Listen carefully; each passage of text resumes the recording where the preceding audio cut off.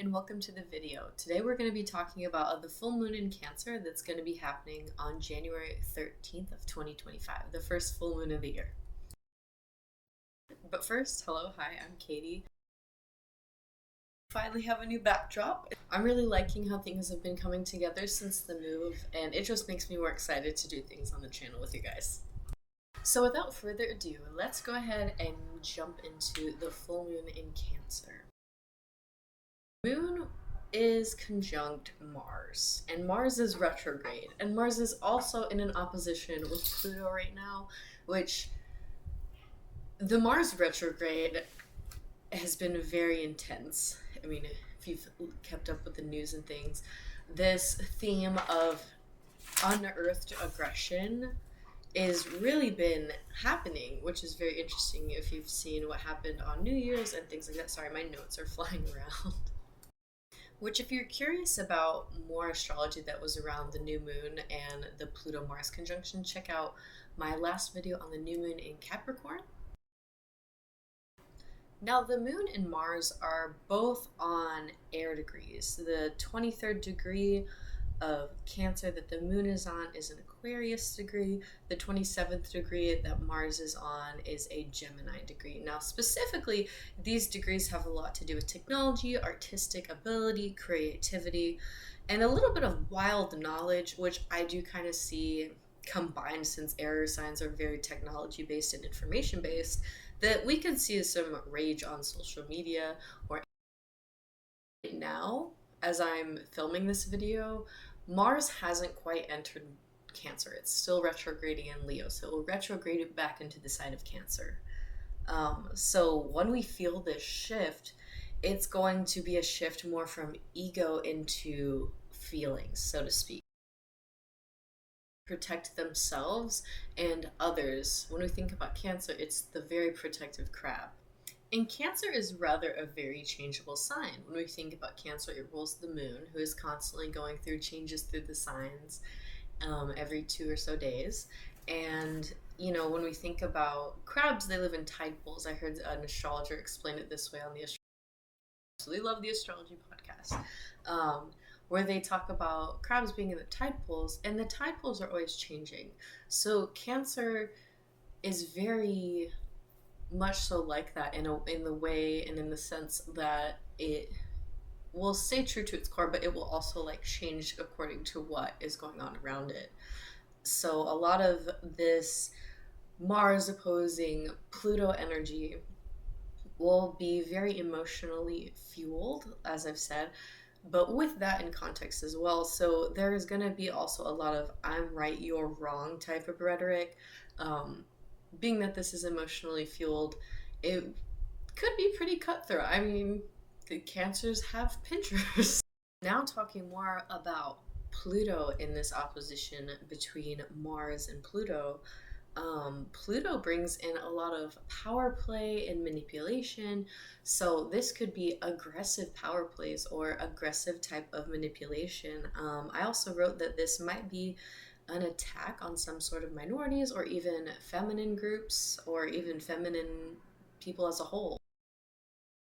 This particular group of transits that's going on is Neptune.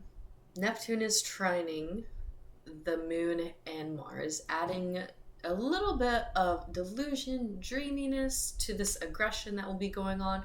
So some people may not truly even know or have a reason for being upset. They may just be going along with the crowd or something along those lines. Now, if we look across the chart back to where Pluto is in Aquarius, the sun is right next to it, but in Capricorn. Now, the fact that the sun is conjunct Pluto, that means that there is a strong light source illuminating these hidden treasures. The Pluto is often correlated with hidden treasures, things that are below the surface, buried down deep, and the sun is just shining light all over it right now. So it is just adding to more of this emotionally fueled rage. And then you're adding the sun on top of it, just illuminating it. We can't run away really from this event that is likely going to happen. And I do say An event, it could even be some sort of, what did I write down in my notes? An omen, a sign, or even a message. Because before Mercury was discovered, the moon was viewed as a messenger. So this is probably going to be, since this is a Cancer full moon, some sort of omen for the new year, I predict. Now the sun is on a Aquarius degree, which is again technology focused, but this time there's some heroic efforts that are attributed to it. So some people, I think during this full moon, may really think that they are doing the right thing. Things really do need to be unearthed and examined and viewed. They can't just be buried forever. But it is looking like this event will likely come from a little bit of delusion, like we said.